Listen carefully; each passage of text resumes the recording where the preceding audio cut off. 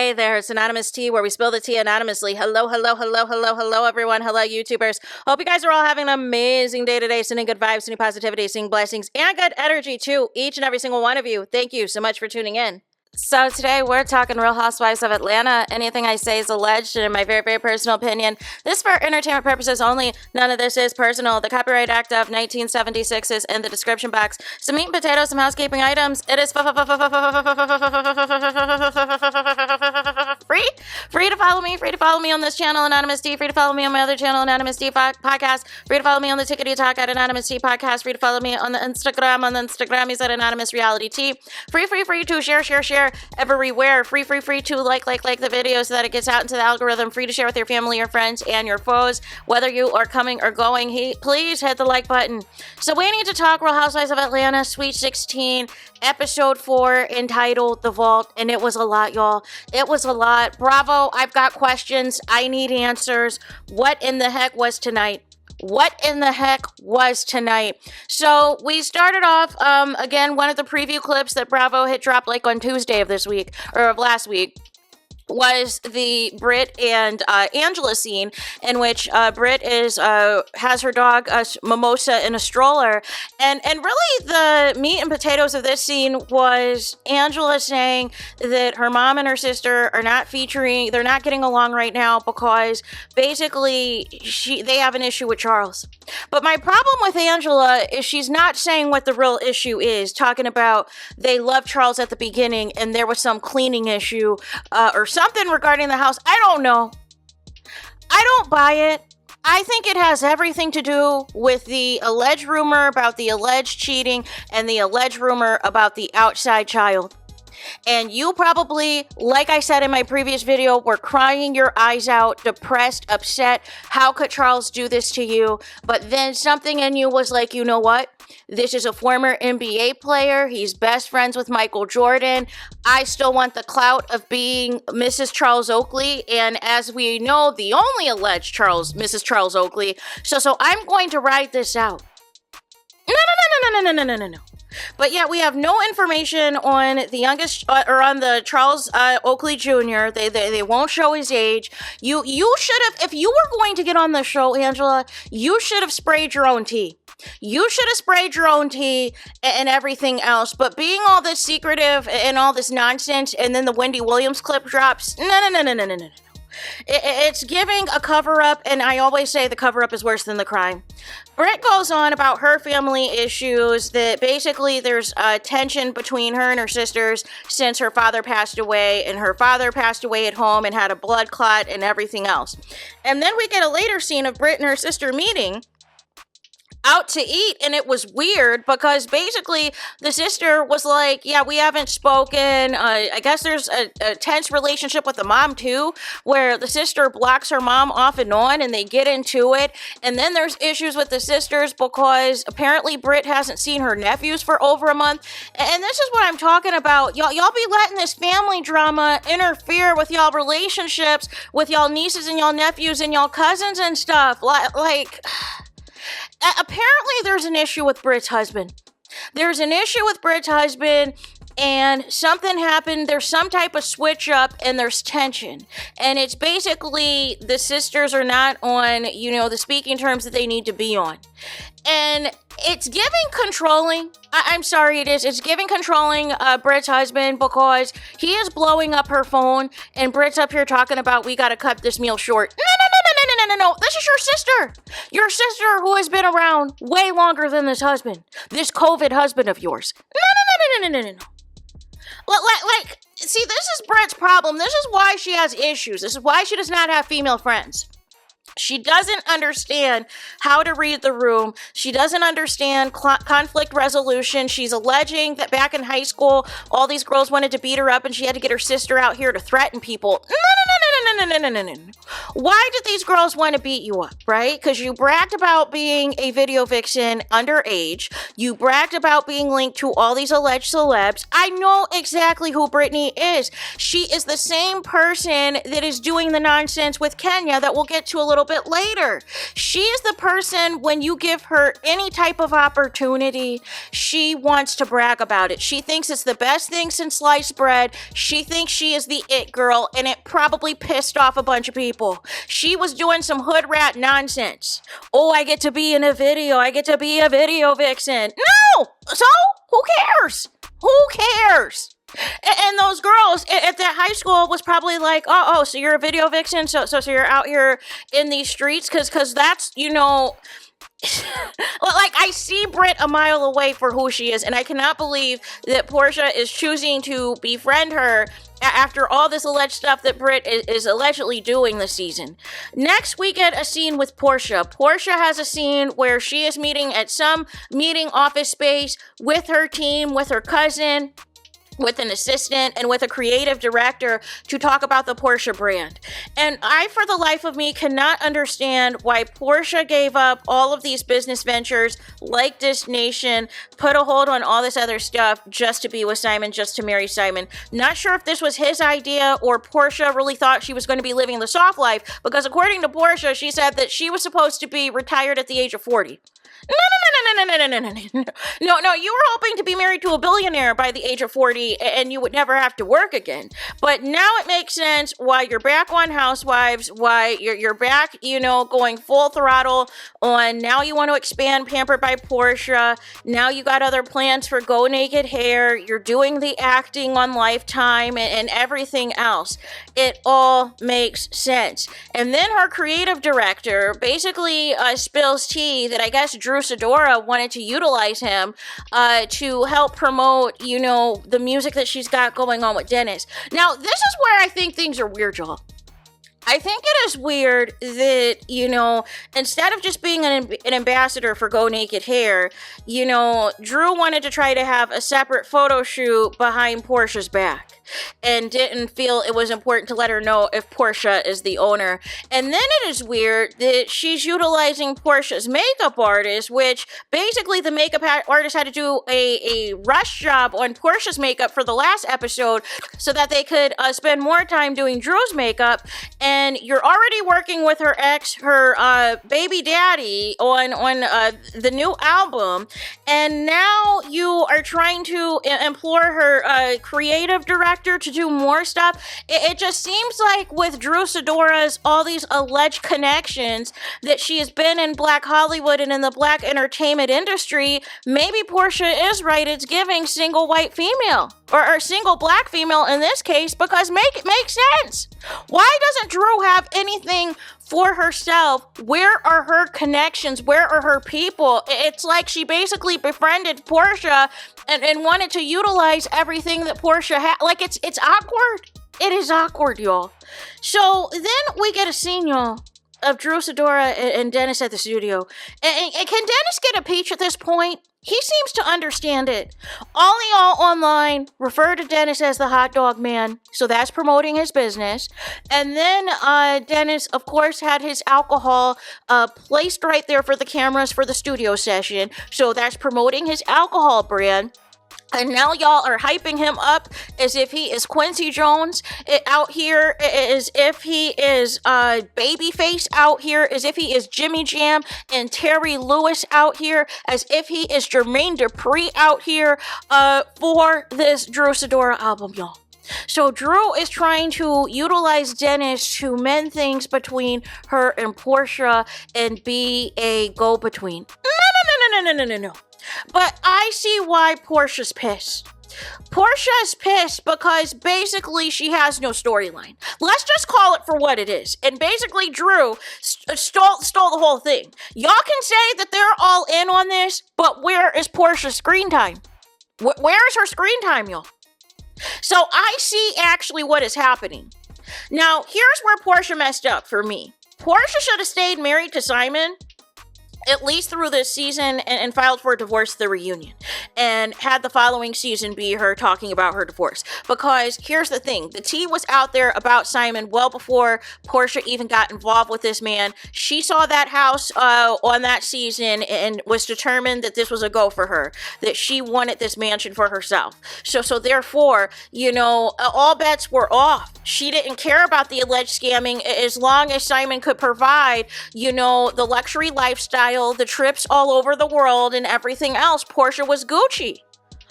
I think Porsha, you know, freaked out and made a rash decision and wanted to make it seem like she had no clue any of this was going on. But you should have wrote this out. You should have wrote this out, because you would have at least been able to have a storyline where you were filming at the house, could have pretended to have the soft life and all this other foolishness. We wouldn't have had to hear about all this nonsense with Dennis. We wouldn't have had to hear about all this nonsense with Drew. You and Shami and her husband, y'all could have been the bestie couples, going on trips together, having couples nights, date nights, whatever, game night, and time with your kids and all this other foolishness. Porsha, you fumbled your own storyline. Like that's what it is. You should have wrote out this marriage, but you didn't want the questions about how y'all got together. But you should have just owned it and said what it is, and then the storyline would have moved forward. But you refusing to talk about it and talking about the stress of your divorce, but it kind of shuts down, it limits what you can talk about. So now you're trying to bring on Dennis to have a storyline, but Dennis is wrapped up in some other stuff. Now, Dennis did have a fun line saying that when he first started working with Drew, that Porsha was in Nigeria eating fufu. Give this man a peach. Give Dennis the Menace a peach. Oh my gosh. Like what is really good? We have another scene, y'all, with Drew and Ralph, and it is awkward.com. It is awkward.com. The kids, they're trying to play a little field day outside, play a little, running little intervals and things, and then Drew's like, oh, let me try. Can I try? And then Ralph really meant to say, I hope you hurt your Achilles again. That's what he really was trying to say, but, they let Drew do it. See, and it's confusing, too, because Drew obviously is still wearing Porsha's hair, the go naked hair, so it's just awkward all around, but nonetheless, they have a conversation. Ralph puts it out there that they're all out in the blogs, their divorce tea is all out in the blogs, out in the Jasmine brand and all this and that, and then Drew calls Ralph a narcissist, except for Drew herself does not know what the word means, and this is the problem, y'all. If y'all are going to say something, can y'all back it up with factual information and actually know what the heck y'all talking about? Y'all can't just be throwing out, certain buzzwords and all this and that. Now, factually, yes, Ralph is a narcissist, but so is Drew Sidora. Oh my gosh. But nonetheless, we get flashbacks to when Drew and Ralph obviously were not compatible. Then apparently Ralph was on some ATL cribs doing a tour of a basement. I thought the basement, y'all, honestly, was just going to be some unfinished utility room where you got the hot water tank and you got the heating and stuff, and you got unfinished drywall, and there's just going to be nothing but totes and boxes of storage down there. But according to Ralph, it's a whole setup. It's a movie theater room. It's a whole kitchen where you can make some drinks.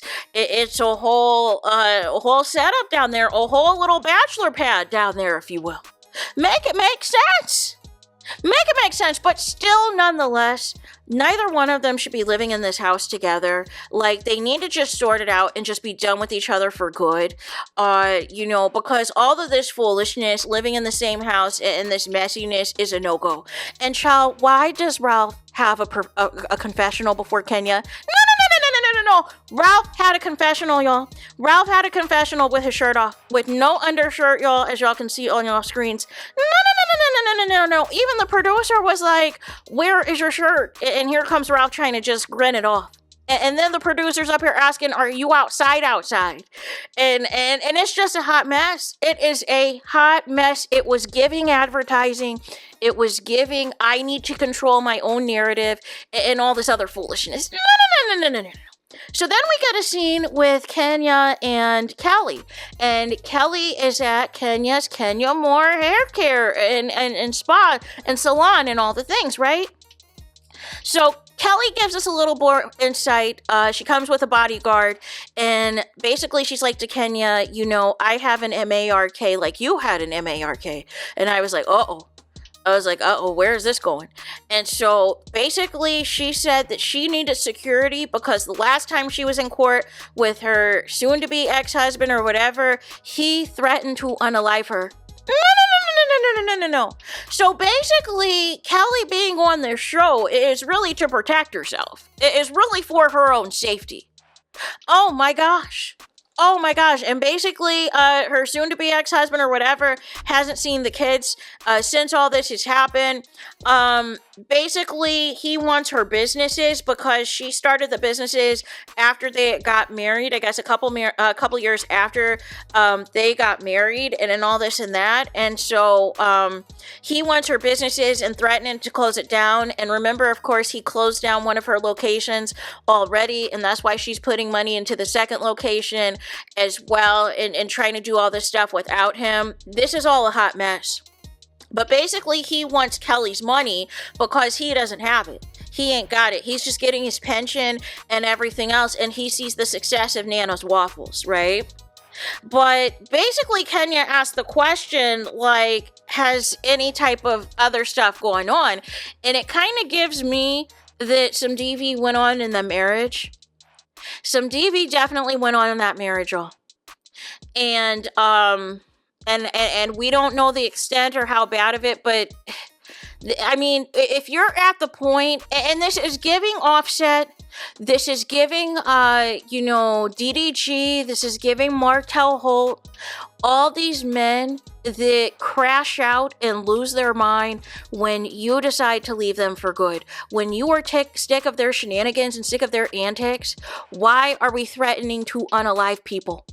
And it's giving, you're not the breadwinner. It is giving, you're not the clout. You're not the one with the name. You're not the one that is the success.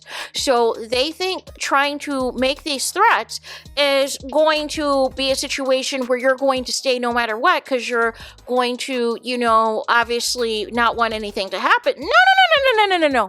You are a danger to me and my family, and you are a danger to yourself and others.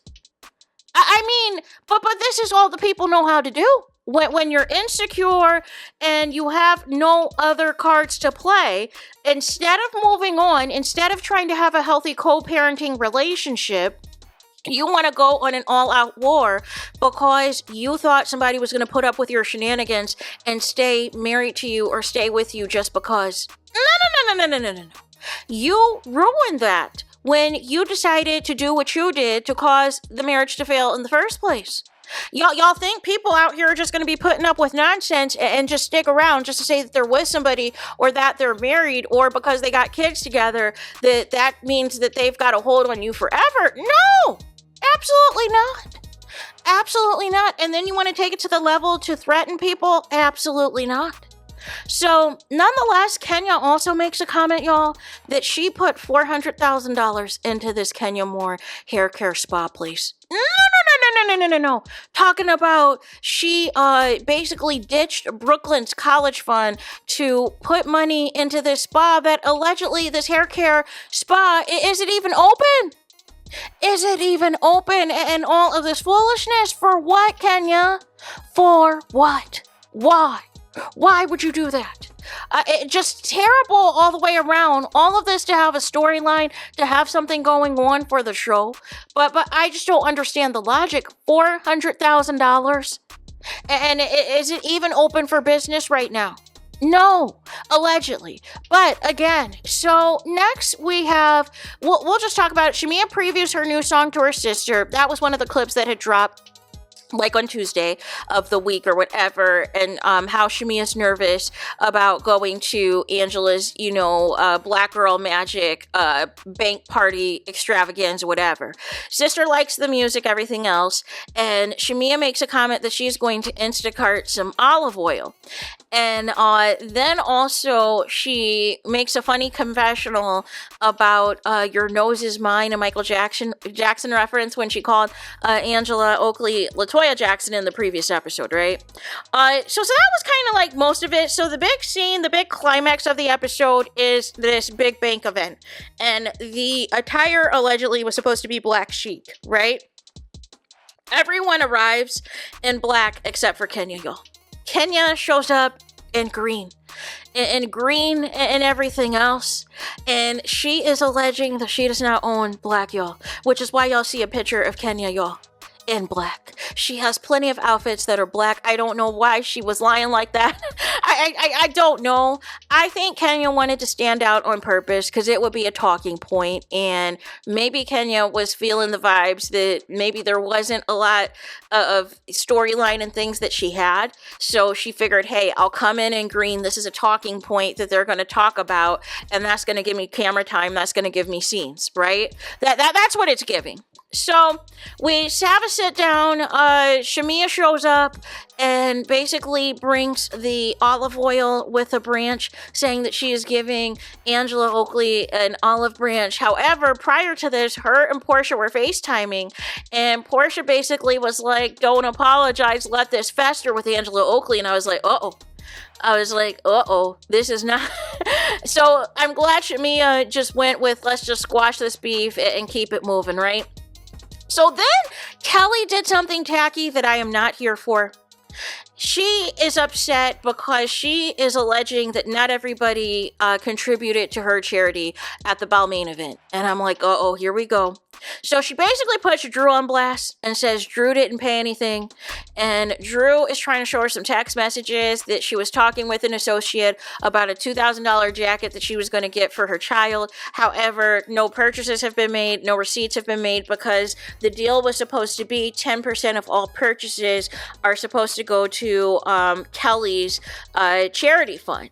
And basically all the other housewives walked out with bags and the 10% that went towards the charity, except for Drew. And then Kelly makes a comment, I also see text messages coming in from Dennis, y'all. And so Drew plays that off and says that that's a part of a group chat, that it's not, Dennis, that this is the only person that's in there. But I think it was tacky. Listen, I never thought that Drew had it like that, like financially. So maybe Drew had her own reasons as to why she didn't pay or didn't buy anything at the event. Like, I thought it was about just supporting people. Like, sometimes people don't have money to donate to charity. And you can see what she's dealing with. If what Ralph is alleging to be true, that he's paying all the bills, and then what Drew's alleging to be true, that Ralph stole money from her, so maybe she doesn't have it like that. And then we've already heard allegedly that she doesn't pay people, that she doesn't pay the makeup artist, she doesn't pay the stylist, she doesn't pay these people. So maybe Drew don't got it like that, but is willing to front for the sake of being on this reality show, and thought her showing up was just going to be enough. But I just didn't like that. I just didn't like airing somebody out like that to just basically imply, like, you broke, fight broke, you ain't got it. Like, that could have been a one-on-one conversation with Drew to pull her to the side to see what was what as to why she didn't give anything. And I just thought that was really tacky and tasteless. So then they decide to play a game. And basically anybody can ask any of the housewives at the table a question, and it's all anonymous, allegedly. So for some reason, a few of the girls wanted to have a go at Kenya in the questions. Prior to that, Shamia played her new song, y'all. And right off the rip, here comes Porsha. This sounds like something Drew would sing. This sounds like Drew's voice. And Shamia's like, no, it's mine. Now, I did find it interesting that if Porsha and Shamia are supposedly besties, why hasn't Porsha heard the preview of this song at all? Like that was weird to me. Like no lie, that was really weird. That Porsha supposedly is besties with Shamia, but she didn't hear a preview in advance. She's hearing it for the first time with all the other housewives in the group. That was very odd to me, because I would think that the first person you would want to preview the song to is your best friend. Like, once your family, your husband, everybody else listens to it, y'all. So, nonetheless, Porsha initially said that this sounded like a Drew Sidora song, and now she's trying to give props to Drew only for the simple fact that her baby daddy Dennis is working with her, right? And so then production's being messy because first they refer to Dennis, the headline in the earlier episode of Porsha's baby daddy. Now he is Porsha's ex-fiance. Like, y'all are just being shady for no reason, production. But then the questions, so they get back to the question game, y'all. Why they asked Shamea what did she have to do, or what did she do to her husband that night after receiving the Rolls Royce. And this is what I don't like. First of all, I don't understand the obsession in Atlanta with having to have a Rolls Royce. I don't know what it means. I don't know the significance. There's plenty of luxury cars out here. I don't get it. But why is it this notion that you have to be a 304 to get a Rolls Royce? You have to be with a Nigerian or an African to get a Rolls Royce? Like, it couldn't have just came from the kindness of your husband of 10 years' heart. It couldn't have just been, y'all needed, like, I just don't understand. So then Shamea goes on full-on display of basically the alleged sexual activities that she provided to her husband that evening, y'all. And basically mimicked oral transactions, mimicked certain positions, and all these things, y'all. And I just felt it was too much. I just felt it was inappropriate. If I was Shamea, I would have been like, that's for me and my husband to know. You guys can use your own imagination. Like, I feel like sometimes we don't need to tell everything. We don't need to tell it all. Because here's the thing. You already said, Shamea, in another interview that there's already girls in the comments on your husband's page trying to get at him, trying to ask him for jobs, trying to figure out what they can do to get a Rolls Royce too. Like you got real disrespectful women out here that are willing to be all up under your husband, and this is why sometimes it is better to stay off these reality shows. So nonetheless, and you're already talking about issues that you're having as far as him wanting more kids and all this and that, like slow your roll. So then there was some other questions about Kenya, whether or not she was wearing underwear or what color of underwear she was asking. And I just didn't understand. And then we had Shamea looking on very interested to see, because Kenya basically stood up and was trying to lift up her shirt and show the people, or lift up her dress and show the people. And Shamea and Porsha were very interested. And it was giving, let's be honest, y'all. It was giving, let's be honest, and all of the things, y'all. So nonetheless, that happened. Then there was another question to Kenya about why can't she, see how happy, why are you jealous of happily married women or something? And Kenya's like, I'm not, or whatever. And then it turns into a back and forth with her and Britt. Also, there was another question. It's escaping me at the moment right now. But basically, Porsha comes for Angela Oakley and is like, well, I heard something about your husband, but I'm not going to say it right now. No, Porsha, you can't be putting stuff out there like that on the table if you're not just come out with it. And I think she's referring to the alleged love child, the alleged child that was conceived outside the marriage. I think that is what she is referring to. However, I don't like Porsha just putting that out there and not saying anything, because now but I get what Portia's doing. Porsha doesn't have a storyline. She doesn't have a storyline because she decided to, divorce Simon, and he is being messy boots, right? He's being messy boots regarding everything.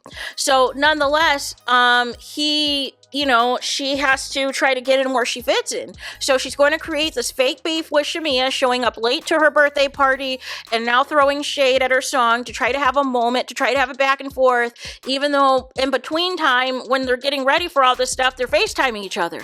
And after this event, they still ride home in Portia's Rolls Royce. So make it make sense, y'all. Make it make sense. But yeah, I just think Portia's just trying to have her fire in different things to try to have a storyline. And I don't think this was a good idea. I think she should have stayed married to Simon, at least for this season, and then could have went on her divorce journey the following season. But this isn't it. So nonetheless, Britt and Kenya get into it, y'all. And really, Kenya, I don't even understand. Like, Kenya this season, for the most part, has been pretty friendly. Like, there hasn't been that much shade or much issues or anything else. And so, so that was, it's just weird that, like, Britt is trying to come so hard at Kenya. And basically, Kenya called Britt a peasant, trying to look for a moment. And then Britt uses one of Kenya's catchphrases back to her that she didn't send for her. And Kenya's like, well, thanks for using my own catchphrase. Like you're looking for a moment, you're thirsty. All of the girls are saying Britt is team too much, even to her face. And in the confessionals, they don't understand why Britt is putting 20 on 10, why Britt has gone from 0 to 100. I don't understand it either, but she's pissed. She is pissed because Kenya called her a peasant or whatever else. And then Britt made a big deal when Kenya first came in. She kind of just gave her like a pat hug. And Kenya's like, I'm not trying to ruin my makeup, but Britt wanted a moment. And Britt had spent the rest of the night, like they had to end the dinner early because Britt was doing the most. And so Angela gave them all these little gift bags and stuff at the end. And then even as they're leaving, Britt is still talking mess. Where's my husband? Where's my husband? Where's he at? And I don't play that. I don't play about nobody trying to disrespect me. Nobody's going to call me, you know, a peasant. Nobody's going to put Britt in the corner and da da da da da da da da da. And it's just like, girl, what are you doing? What are you saying? So then it goes a step further, y'all. It goes a step further. And now we have Britt making threats out here to the people. We got Britt out here making threats. She is still outside. Everybody's getting on their cars, trying to go home, trying to get out of here. And Britt is up here talking about she's got pistols, she's got weapons. I don't play them games. I got whips, mother effing pistols, everything. And Britt tried to get in front of it, saying that she's not threatening people. But no. If you're saying you got GUNS out here, you got pistols out here, like even your own husband was like, is the camera still on? Are your mics still on? Because he knows the implications. Now, here's my issue with Bravo. You really allowed Britt to stay on this season, knowing on later on this season, she also talks about a child who is having, you know, some health-related issues, who's completely innocent, has nothing to do with any of the drama involving these grown folks, and you have allowed somebody to basically make some threats with some GUNS and stay on the show, but Kenya is where you draw the line. Now, hopefully we get to see what happens next week as far as what ultimately Kenya does that got her suspended from the show.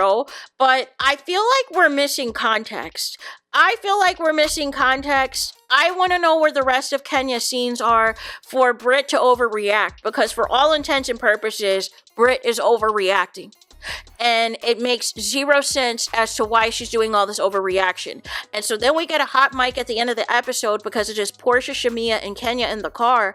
And Kenya basically said, I don't see it for Britt. I want her gone. I want her off the show. That's basically what Kenya said, because you're not going to be threatening me with no pistols and expect to still see me filming scenes with you. So I totally get what Kenya, where she's at. What I don't understand is allegedly if there's intimate pictures or X-rated pictures that she's displaying at her event that she put $400,000 into to get herself tricked out of her spot on the show, get herself tricked out of a peach, get herself tricked out of a job and all this other nonsense. But I need more information regarding this pistol situation, because that's not a good look.